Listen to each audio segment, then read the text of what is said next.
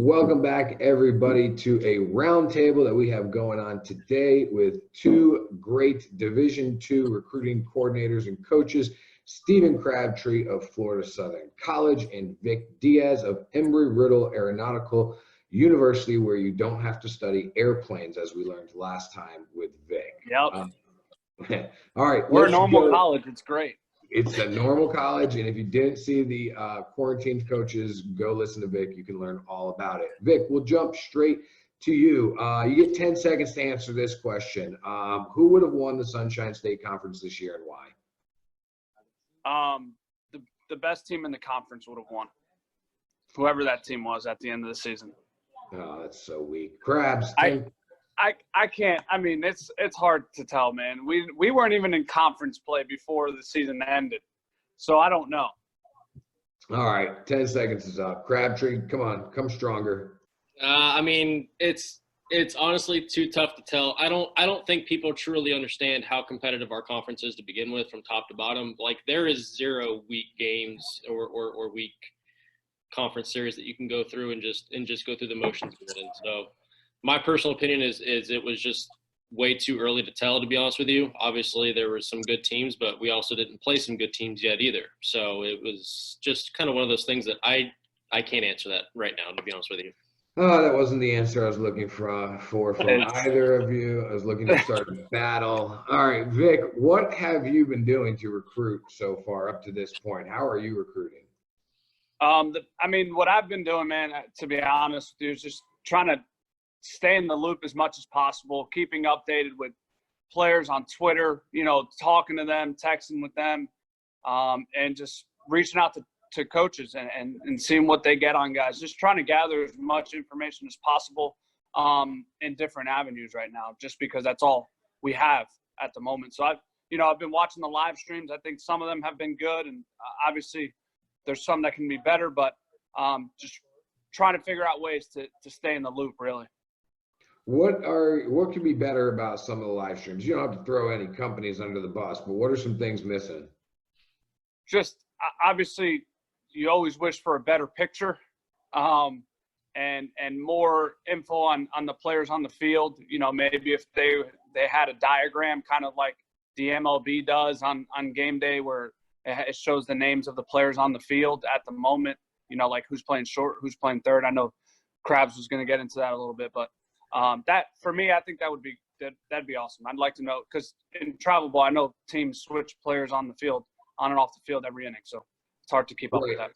It's not that hard to do. People are like, well, we don't have the technology. I mean, you could literally draw it on a piece of paper and put that piece of paper in front of the camera before each inning. Krabs, which live streams have you been enjoying most, and why? Well, I mean, first and foremost, and you and I have talked about this, recently in the past, was the PBR event that Dougie did, a week and a half ago. I think that was honestly a head and above shoulders of anything else I've seen or even thought that we could imagine at that point. And, it is great in the sense that it was on Twitter. I can go back to the Twitter page and watch it again if I want to. So his event there at Daytona was probably the best.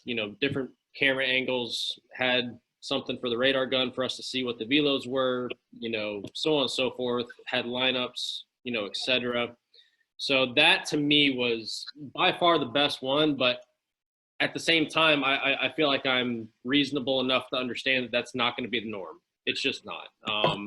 Between, cost of money and everything else, it's not something that I think is feasible for every single company to do. But, some other ones that I have watched, obviously, that, I'm sure Vic has got going right now as well as I do, is the stuff going out at the Space Coast with USSSA, with some teams that are out there. So, definitely enjoying that. And then this past weekend, which had someone tip me off to this one too, was good old Live Barn. Was out there at Lake Myrtle Beach. So they had, camera angles that were, behind home plate that at least gave us something. And I know Perfect Game has their diamond cast. So that's always good for us to use that utilization as well. So that was a good tie-in to have, the video with that, so we could have an idea of exactly what was going on and so on. So those were those are probably the ones that I've enjoyed the most, but those are also the only ones that I have found at this point. So that is probably, something that I can tackle a little bit later, but knowing who's live streaming at what tournaments and so on and so forth is going to be the biggest thing for any coach. I don't care if you're D1, JUCO, whatever it is. We need to know where the games are being televised so that we can go on and watch them. Right, which the guy who tipped you off, I do know him. He's a really good looking dude on that live barn one. But it's crazy to me that, we don't know where they're being live streamed. Like that would seem like the most basic thing is to publish where you're being live streamed. Right. Okay. We got a phone call coming in. Vic, are you seeing enough in these live streams to where you feel comfortable, or you might feel comfortable offering a kid potentially if it comes to that? Or are you sticking with, can't tell on a live stream, gotta see him with my own eyes, I don't care if I have to wait till December? I think as a coach, you always feel like you're never seeing enough no matter what. But right now, it's just in the time that we are, man, you have to find a way to feel comfortable to offer a guy, because then you don't want to get behind the 8 ball. There may be a guy that you miss out on, and that's the name of the game. We try not to miss. And for me right now, I think what I've been really trying to tackle and lock into is just the detail of the game, where, you can see so much, like when you're in live, you can see where a guy's getting, making contact, right? You can see tendencies that he has, but I've been paying attention to, like, what counts is this kid hitting it? Is he taking strikes, down the middle, or is he swinging at him? Is a pitcher able to throw breaking balls early in the count, or is he just going fastball, 0-2 breaking ball? Like, is he getting predictable? So I think those are the things that I've been really focused on, and it kind of keeps guys from hiding behind, an exit velo or a 60-yard dash where, they always feel like, oh, well, I'm running a 6.8 and I had a 97 exit velo, so now I'm going to get recruited. Well, I think we can really see who understands the game from just looking at, okay, is this guy moving a guy over? Is this guy hitting in good counts? Is this guy getting ahead in the count? Those are all things you always pay attention to, but I think right now it's something that I'm really locked in on, because it gives me a better feel for the player, as opposed to when I'm out there live, you can't really see actions like on live stream like you can in person. So is it making you a better recruiter, do you think? I think it's just adding to the bucket, right? Like you just find ways to add to your toolbox and find ways to, to become a better coach. And I think, you can say it is just because now you know how to have access to this live stream stuff. So, maybe when we get out in person, in between games, we can try to watch an event somewhere else on our phone or something. And Right. It's just helping us pay attention to the game more, really. Right. You mentioned that in the answer. That's why I asked, because it's like you're having to do it a different way. So you're learning, and you're able to lock in and key in on things that you maybe wouldn't normally think to at a game when you're there. Coach Crabtree, are you guys investing in subscription-based live streams right now? And how do you decide what's worth it or what's not worth it? Well, right now, probably, we're not. And again, I think that has more to go back to the fact that, we're still trying to find things. We're still trying to find where games are, what those subscriptions are going to cost us, so on and so forth. There's obviously many schools that are in budget freezes right now. So it's, what are you going to do with that? Are you going to do that out of pocket, so on and so forth? So it's, obviously there are things that I have invested in already. But, at the end of the day, it's knowing what those events are, what those subscriptions are going to detail and everything else. Like, is it a 1 month deal? Is it a 1 week thing?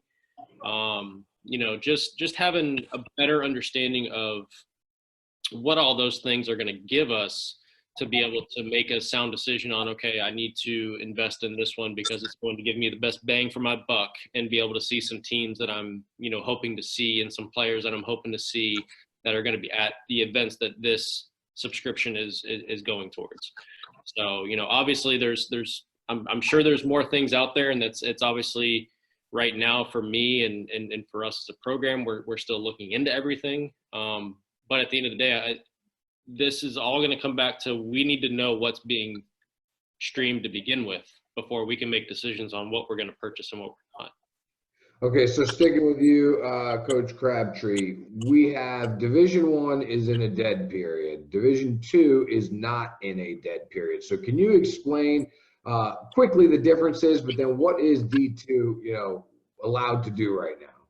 So basically, the dead period is you can't really do anything as far as going off. You can't go off campus to recruit. You can't have in-person contact off campus. You can't have in-person contact on campus. You cannot have camps on campus. That's my understanding of everything with that. And Vic, you can tell me if I'm wrong with that.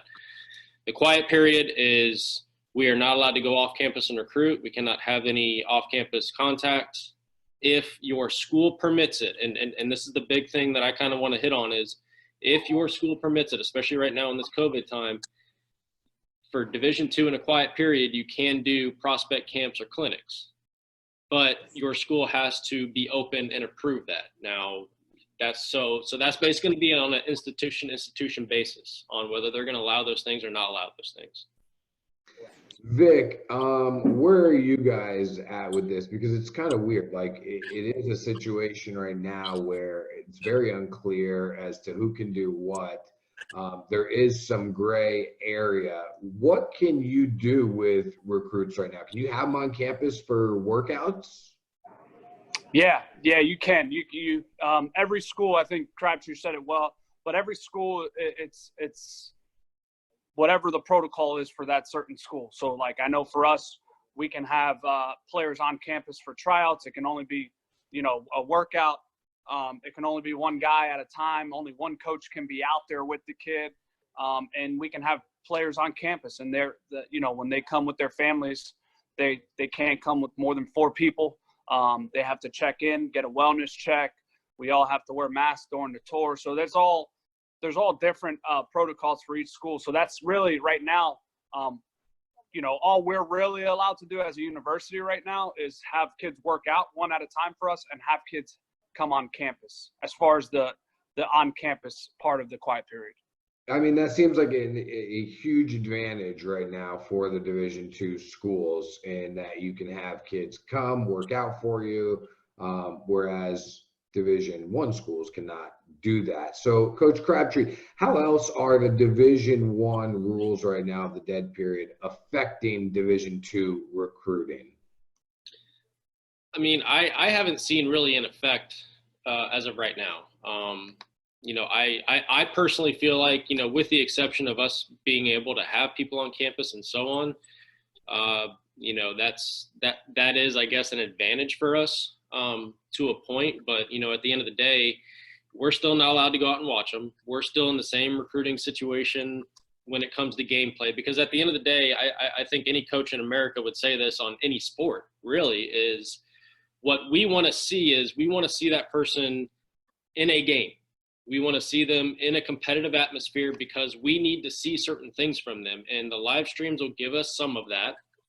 Like Vic said, you know, you're obviously paying attention more to the details, you know, little things like that you can see from this, you know, viewpoint. But there are so many things that we are not seeing that we need to see.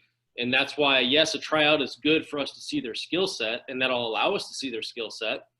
But it still doesn't allow us to see the whole package. And for me, the whole package is, you know, how does he interact with his teammates? How does he interact with his coaches? You know, how does he interact with the other team? How is he handling failure? How does he handle success? At the end of the day, these are extremely important things that I can speak for our program in the sense that this is extremely important for us. And I would assume every other program is the same way, because at the end of the day, if we want that guy to be in our locker room, we want to know the whole package that we're getting. And we are going to continue to do our background checks. I like to talk to coaches that coach them, that coach against them, you know, so on and so forth down the line. Any contact that I can have as far as getting to know this guy on a regular basis. So now that we're just watching from video and everything else, those things are going to be even more heightened and important, because now we really have to rely on the people that we trust to get the information that we could normally go out and see. Which is why, there's times that people aren't sure why a coach is standing, down the right field line, because there's something there that he wants to see. He wants to see how that guy's interacting with someone. We don't have that option right now, let alone knowing who's playing in center field.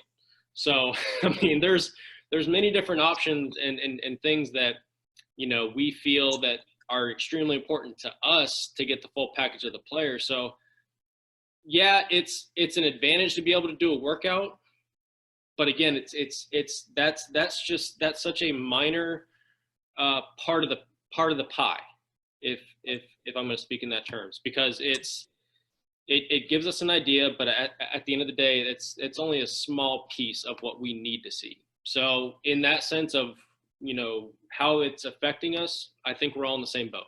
I think we're all pretty much doing the exact same things that we normally would do, and we're just going from there. Coach Vic, transfer portal right now, I believe, has over 1,000 players in it. How did we end up at that point, and what does the process look like for one of those kids moving forward?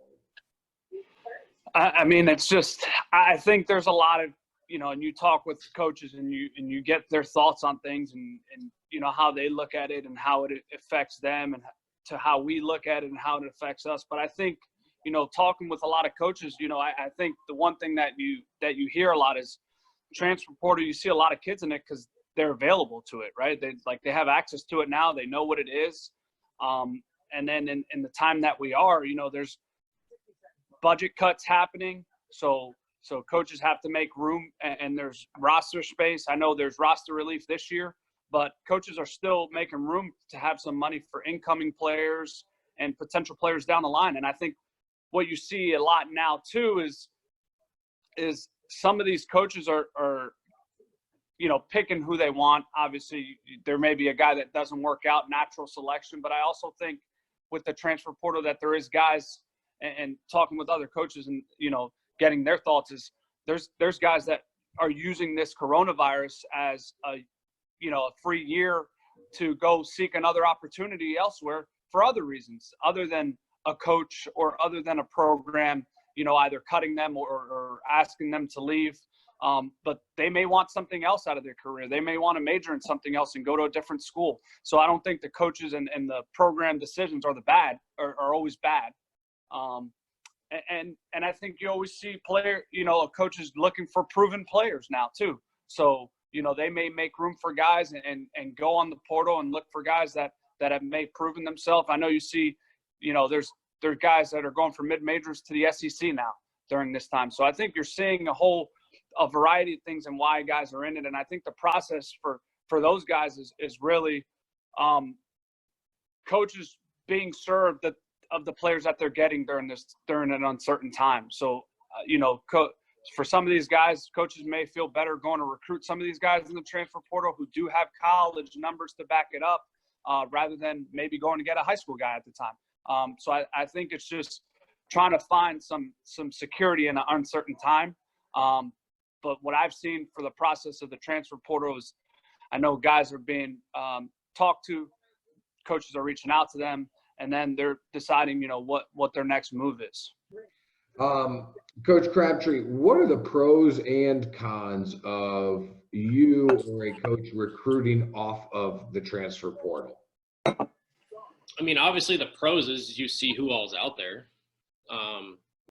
Before transfer portal came available, I mean, you were basically just working off your contacts and, hey, okay, this guy's leaving. So, you're working off relationships with that. So being able to see how many people are actually out there transferring, I think is a pro, for us. But at the end of the day, I mean, I don't really have any way different of the other pro or con on the transfer portal, because what I'm doing is I'm still relying on my relationships, my contacts, my, so on and so forth. Because in the sense of the fact that, like we've already talked about, you want to make sure that you're bringing someone into your clubhouse that's going to be a good fit and not going to blow it up. And at the end of the day, It's the same. It's almost the exact same thing as this, because there's a lot of times that you'll go out and recruit a guy off the transfer portal and you're going off just his numbers that he had at the previous school. So it's finding out what that guy's really about and everything else to really know if he's the right fit for you guys. And so just scrolling through and seeing a bunch of names and blasting out a bunch of, emails or whatever else, or trying to contact, some guy out in the West that you have zero clue who it is. Like, yeah. I mean, you can do that, but that doesn't really give you, again, the full story. And again, everything that we always seem to go back to within our program is we need the whole picture. We need to know what the kid's about outside of his ability. Obviously he's got ability. We know that, but we need to know what the whole package is. Vic, is there a large influx of Division I kids overflowing into Division II schools that is going to impact the opportunities for high school players? I don't think it's anything different than what it has been in years past, right? Like, I think that's the norm at our level of getting D1 bounce backs. It's in our conference too. I mean, you see it all over on everybody's team. There's D1 bounce backs. So I mean, you're always going to see more players, right? There may be more D1 guys going to D2 because of the certain time right now, but I don't think it's out of the norm for us. And I think it's a personal preference for every school, really, on how it impacts high school guys. If you're a school that is more transfer-based recruiting, then it could impact high school guys, that you would potentially recruit. But if you're a school that still has a good balance between transfers and high school guys, or like more high school guys than transfers, then I don't think it impacts the high school players much for those schools. So I think it's all a preference thing. But you're seeing a lot more now, I think, too, is D1 to D1. So that's even having more of an impact, where it may start opening up more room for high school guys at the D2 level. So I don't think you're seeing anything out of the norm as far as the influx. And I think when it comes to the impact of the high school players, it's all on the school's the program's preference and how they like to recruit and how they like to build their own team. Coach Crabtree, one thing that I am not clear on is the JUCO players, the ones coming out of their second year at JUCO going into a 4-year school. What do the rules say about them, and what's the impact there? Do you mean as far as years of eligibility? Yeah, like, did they get an extra year of eligibility too? Like, are they now going to be able to go to, say, your school and be there for, 3 years, or get a red shirt and be there? Like, how does that work? So basically, and this is actually a conversation I've had with my compliance officer, just because I wanted to make sure that I knew what I was talking about and so on. And obviously that we had a better idea within our program as it is, but more than likely, and I say this with a pause because of what I'm going to say after, more than likely they get a year back. Okay. And most of them probably will, but that all goes back to the institution that they come from. So we have no control over that. So if we recruit a guy from whatever JUCO and we're expecting him to have now 3 years instead of 2, well, the institution, the JUCO that he comes from, can say, no, he only has 2. So that's something that's on them, and that's the understanding that I've had with that rule, and looking further into it. Because, again, I wanted to know that scenario as well, because that's going to impact our recruiting moving forward, so on and so forth. So that was something that I needed to make sure that I understood. And again, Vic, if I'm off there, you definitely let me know. I think you're right. I think, yeah. If they were deemed eligible for another year at that JUCO that they're coming from, then that's going to pass when they come to our school.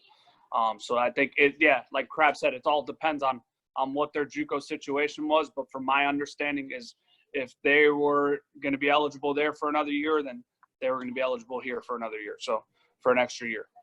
Gotcha. Okay, Vic, what we're seeing happening in recruiting right now, the effect of it, everybody's so concerned about the present time, but the effects of this are going to roll in like waves for a while into other years. In fact, the impact on recruiting probably is going to be bigger on future classes than it is on this 2020 group. So what are you expecting some of the difficulties to be as a result of what's happening this year? I think it's all going to come down to, I know there was a roster relief that came out for this year, but we don't know what the plan is. And I know that's for the Division I level, but we don't know what the plan is for after that, right? If the schools have to cut back to 35 players, so I think you're going to see effect on that and see another influx of guys in the transfer portal in a couple years.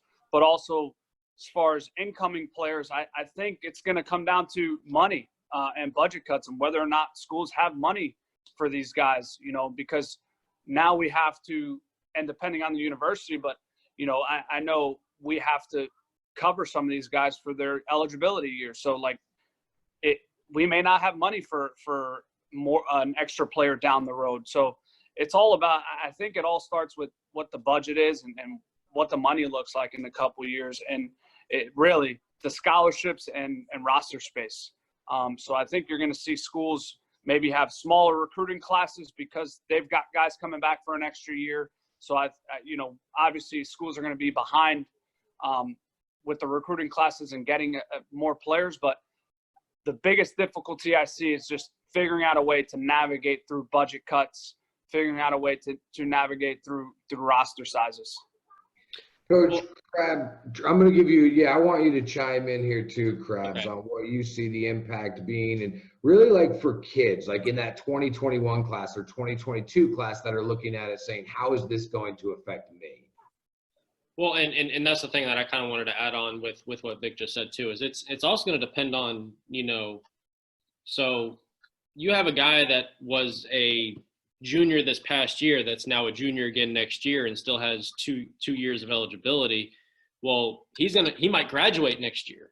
So now he's graduated, he still has another year of eligibility, then that's going to fall on, theoretically us coaches and the school. Does the school have a graduate program that he wants to do, and can he get into that graduate program? If they don't have a graduate program, then he's got to try and find a new home and go somewhere else to play. Do you want to bring that guy back? There's so many factors that are going to be head on for a lot of programs coming up here.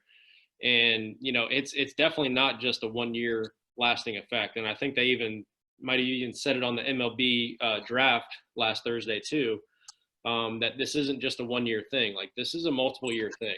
And that's what, we as coaches are now trying to sift through and get a grasp on it now so that we can be ahead of it and understand what we have to do as a program. But, as far as player wise, you just got to keep doing what you're doing. You got to go out there and perform, and the schools that are going to like you are going to entertain you and reach out to you and talk to you and so on. So it's, we always talk about this in our program is you can only control what you can't control. So control the controllables. For us, we are controlling what we can control right now, and we're going to try to control what we can in the future. But, with the extra roster sizes, extra players, all these other things, those are things that you just honestly cannot control right now. But we are going to manage it, and we're going to do the best that we can with everything that we have been dealt at this point.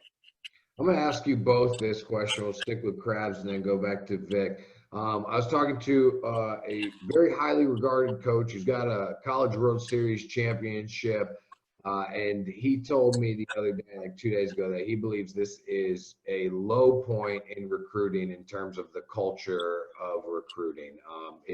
We know there's a lot of things wrong with recruiting. It's totally backwards in that you can't call a kid on the phone, yet you can commit that same kid. There's a lot of things wrong with this process that I have not met one coach who says, oh yeah, the recruiting rules are great. So, but this coach is describing it now as the low point of all time in recruiting. Would you agree or disagree with that, Coach Krabs? Is he talking low point in the sense that we're not allowed to go out?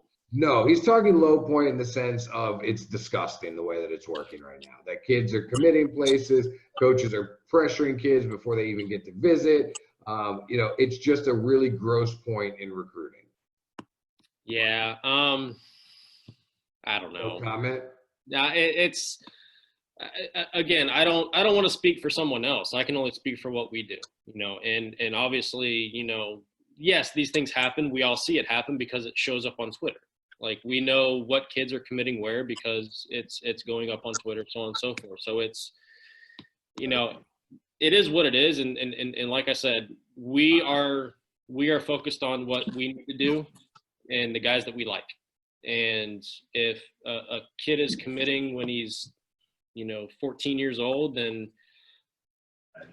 I don't know, because I'm not in that situation and I'm not recruiting in that situation. So I don't know what that's like. So I really can't speak upon that in my personal opinion. But at the end of the day, we're going to do what we're going to do. I would say that it's a low point in the fact that we're watching it on video. But to me, the lowest point would not being able to see anything. That's what I would say. Now, all the other stuff, I think if you're going to do things the way that you're going to do things and the way that your program sees fit, then that's what you're going to do. Vic, are you disturbed by any of the things you're seeing happening with recruiting right now? For me, I don't think anybody should be able to commit. If you want to put offers out there, great. I feel like nobody should be able to commit. Are you disturbed by what you're seeing or no? I mean, it's like unsettling, but it's not, because I understand, like, being on a side where I have been recruited and then being on a side where now I'm recruiting kids. I understand, like, you have a job to do and you're trying to do it to the best of your ability. And unfortunately our profession, it's a performance-based profession where, we're judged on if we win games. So, I understand where coaches have to do that to compete at the highest level. And some players, there's more pressure to win than others. So I think, again, I think Crab said it well. It's, some programs have to do what they have to do and others have to control what they can. But for me, I think I just don't know if recruiting kids at that age is a great thing, not only for the school, because you don't know what you're getting. The kid can totally change in 3 to 4 years. And you've seen kids where, may have been really good at 14 years old and they haven't turned out. And then you've seen it the other way where kids weren't that good. And then, you see them in 3 years and this kid came out of nowhere. So I think it's just, it's an unfair situation for everybody and an unfair question from the point that I think some of these kids don't even know what they want yet. Like, they're being asked questions that these kids, some of them are not even in high school yet, and they're supposed to make a decision that's going to kind of impact them for the rest of their lives. And for me, I think that's the piece where I struggle with recruiting guys at that young of an age. But again, I'm not in that situation too. There's a human factor that we're working with people. And I want to make sure when I'm recruiting a kid that he understands that he's making a decision that could impact the rest of his life and impact his family financially as well, and his family going forward. So it depends on the situation, but I think there has to be a change at some point. I remember when I was being recruited in my recruiting experience, and I had it fortunate to be recruited by really good schools. And end up committing to Mississippi State. But one thing that I enjoyed is, and I'm not that old. I graduated high school in 2010. But one thing that I really enjoyed was, I remember as a junior in 2009, like, we were being recruited. And like July 1 was the day that, oh man, we'll get phone calls from coaches on July 1 and it's going to open up everything. And I thought that was a really cool thing to look forward to. And I think now it's just, there's so many ways to get contacted by coaches where it's just, it could be watered down a little bit, Right. You're being contacted all over. Well, I think, and I didn't make that question very clear, so it's probably not fair to you guys, but I think more of what we were talking about when we say low point is that it's one thing if a kid's been to your camp in previous years and you've watched the kid, you followed the kid, and then, okay, you're watching live streams, you see the success, I'm comfortable with it.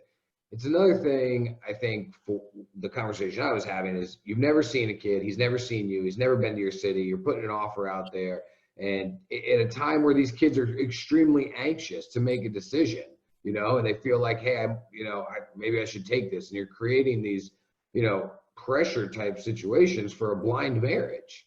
Well, yeah, that's what I mean by, like, it's unfair to the kid where you're asking him to make a decision that's going to impact the rest of his life, and I think if we all turn it around and, I got a son on the way, like if I look at my son and I'm like, hey man, like, and a coach is recruiting my son, I want to make sure that my son's in the best position to make this decision, and I think you're exactly right where these kids don't know, I feel like they just don't know. They're making, like you said, it's a blind marriage to a commitment that you never, especially in today's day and age where guys are just transferring and doing all this stuff, where you want to make sure that they're making the best decision for themselves at the end of the day.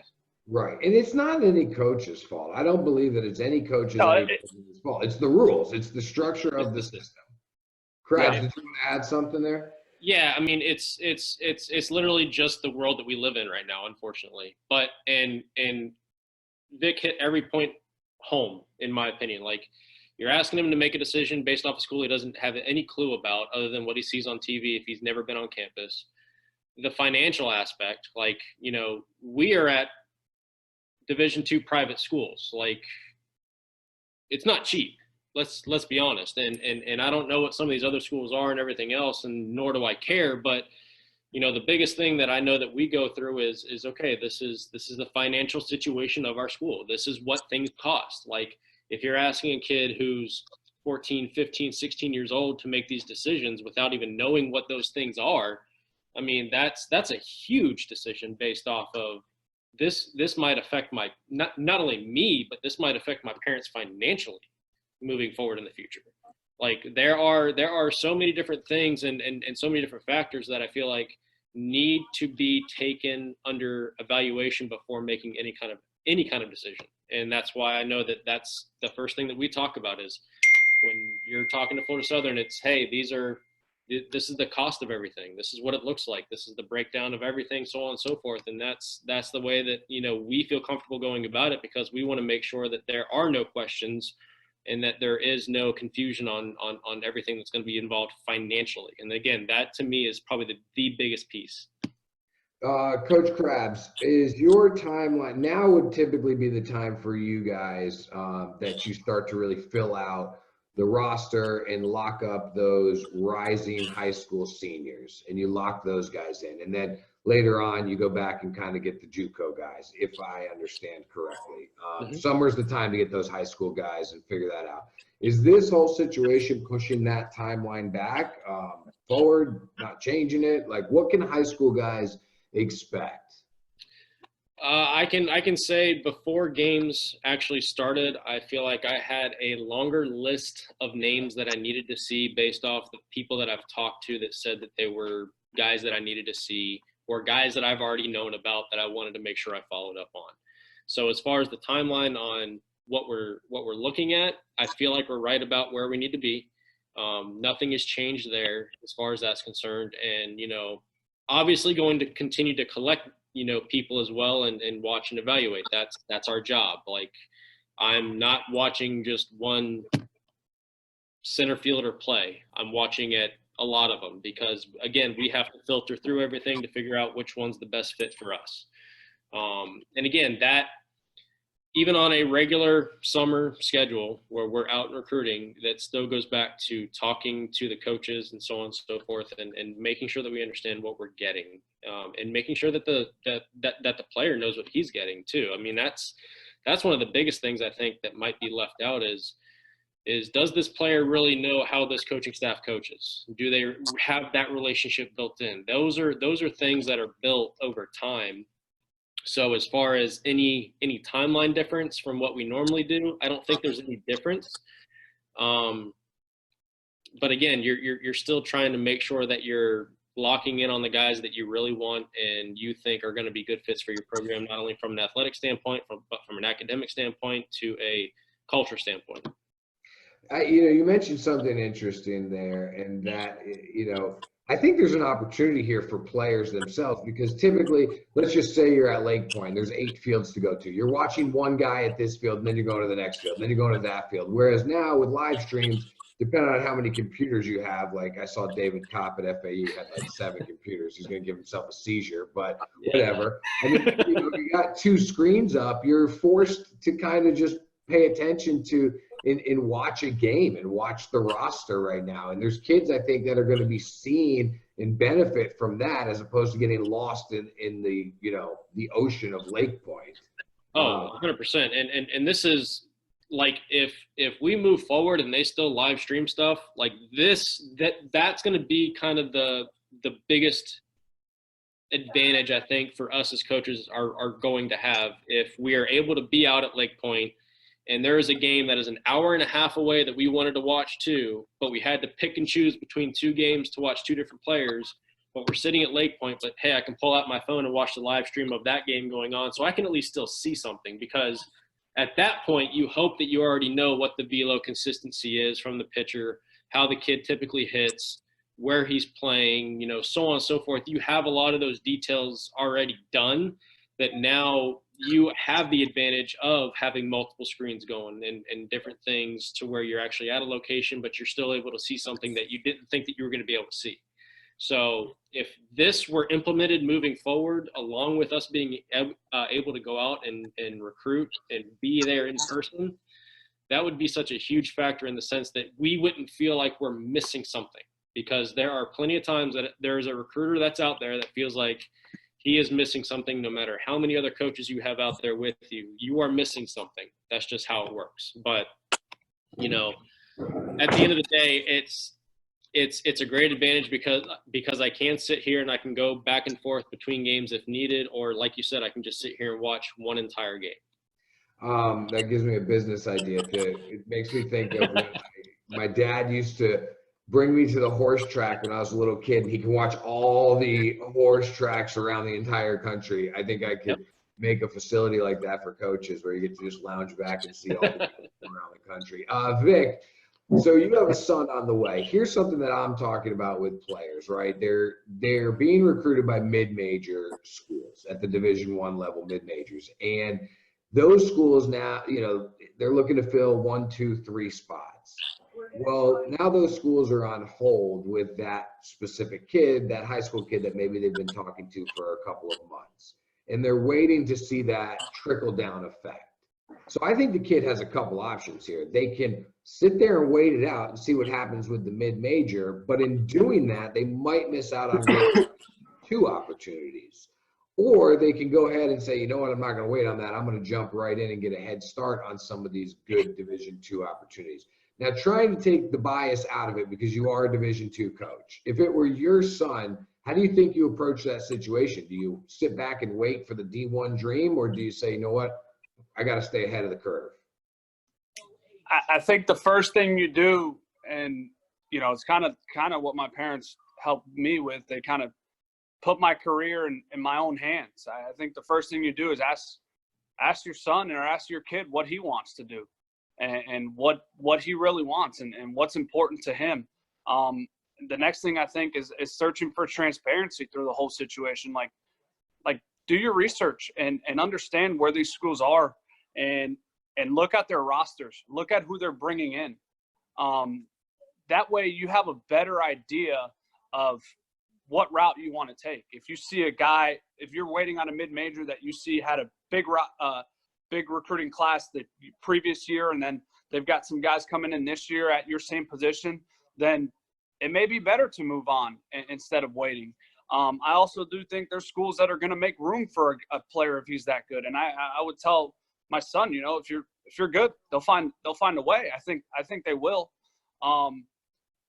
But I think the important thing is just, what is he looking for? Like, if going through this process and you have to wait, is start figuring out what you want to go to school for and put that academic piece first. I think that's really important. And then figure out if you want to wait on this school because they're going to give you that baseball, what you want out of the baseball, whether it's development or opportunity, figure that out too. So I think when you're doing that, it's just put it in the kids' hands and make them understand, it's a hard decision to make, but these are decisions you're going to have to face in your life. And you can't rely on me to make that decision for you. because it's your career and you have to make the decision for your career. And we talk about that a lot here at Embry-Riddle. It's your career. You have to make the decisions for your career, because as a parent, I don't know what it's like to be a parent yet, but as a coach, I can say everything I want to the player, but it's up to him to decide how he wants to go about that. But I would, my son, I would just advise him, hey, do your research, search for transparency, and really start siphoning out schools, looking at different avenues that are going to give you your fit academically and your fit baseball-wise, whatever it is you're trying to get out of it. If your dream is to play Division I, then wait for it. If your dream is just to play at a high level in college, there's high levels other than Division I. Then go after that. So really teaching him to understand his preferences. But I think the number one thing is keep him playing. Like I'm not going to tell him, well, you got to wait for a D1 now. Maybe you should do it. Keep playing. Figure out if this is something that you really want to do, because it's going to get harder, and figure out if you really love this game. Because if you're just waiting to live your D1 dream or live your college baseball dream and that's all you're playing for, then I think you got it all wrong. I think you got to play because you really want to be great at something other than just looking for an outcome. So for my son, I would just advise him, if you want to play Division I, go ahead and wait. If you want to just play college baseball, then start doing your research and search for that transparency that you're looking for to make sure that you're going to put yourself in the best position possible for your own career. That would be my advice.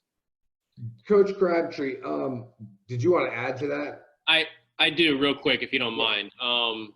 I think you have to have people that can help you, advise you in this situation too, from your travel coaches to your high school coaches to friends, whatever it might be. You have to have people that can help navigate you through that at the same time. Not saying that they tell you what to do, but ask your travel coach that might be talking to that coach and understanding where their situation is in the recruiting ends of things. Like maybe they're just flat out don't need that position, but they're also still waiting on, okay, well, maybe this guy might transfer, or maybe this guy might get drafted, or, whatever the situation might be. But at the end of the day, getting the most information you can to help formulate a sound decision is the best thing to do in any circumstance, whether it's finding a place to play, a job, so on and so forth. But it's all relative in that aspect of getting the whole picture. And that's the biggest thing that I would say. So, and I think to add on to that too, I think he's absolutely right. It's like that. And that's what I mean by that search for transparency. It's like, if there's one time where guys need to be honest with people, it's right now, because now you're messing with people's jobs and you're messing with people's careers. So as college coaches, we have to be transparent. We have to be honest. Travel ball coaches need to be honest with their players, and the college coaches and the parents need to be honest with their kids. Because now it's in the time of uncertainty, we're really relying on trusting each other and creating that relationship. And, your resources you have to be able to trust them now. And that's what I mean by that search for transparency, is be honest with them. Travel ball coaches, be honest with your players and the college coaches, because now where access is limited and availability is limited, all we can rely on is our relationships and that trust. And I think that goes a lot further than anything else. Yeah, now is a big make or break time for relationships. It'll expose you. It'll expose you. Yeah, no doubt. It's a huge opportunity for travel coaches and, advisors and whatever, to really further themselves and develop connections and relationships, but it could destroy them too.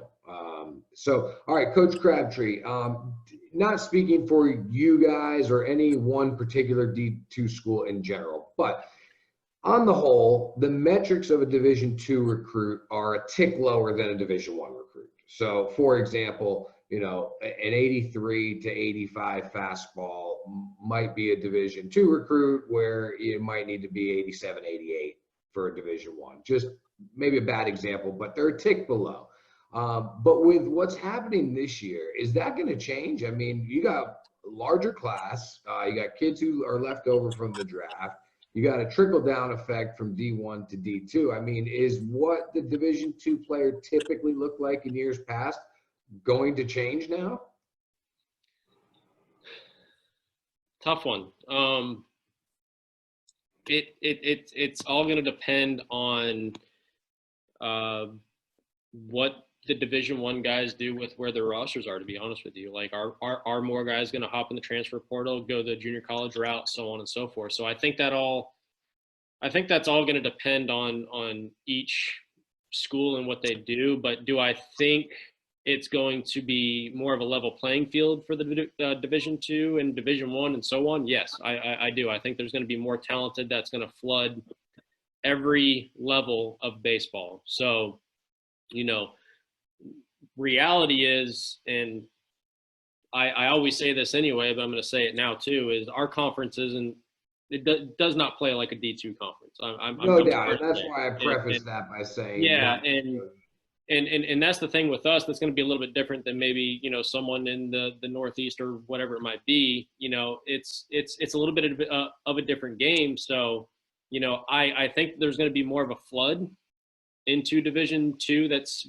you know, like you said, maybe a tick better player. How much of a flood it's going to be, I don't know, because I honestly think one area that's really going to get flooded here is the junior college teams. I think there's going to be a lot of guys that were freshmen, sophomores that are going to wind up going to the junior college reigns, and that market is going to be a very competitive area. So then it's going to come down to the school on, well, are you going to go more high school heavy, or are you going to try and grab up some of these JUCO guys that might not have anywhere to go either? So that's why I say I think it's going to level out quite a bit, and it's going to be very competitive across the board. Coach Vic, final thoughts for today. Final thoughts regarding to recruiting or regarding just in general in the situation? Whatever you want. Whatever I want. I think my biggest message for everyone right now and whatever you're doing is remember that it's everything we're going through is new for all of us, and remember that you just have to make time for what's important for you. You know, I think as a coach, making sure that we're doing the right things for our players and for our incoming guys, and being honest with them and being honest with the parents and treating people the right way.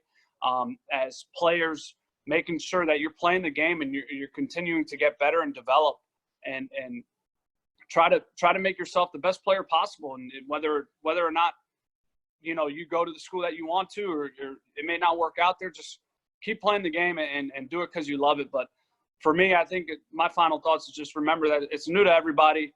Make sure you make time for what's important for you, and just do the right things, you know, care about people and treat people the right way. Coach Krabs, final thoughts. At the end of the day, you know, I think Vic said it great. You know, this is extremely new to all of us. The biggest thing is always, you know, keep communicating with programs that you're interested in. You know, keep communicating with programs you're interested in.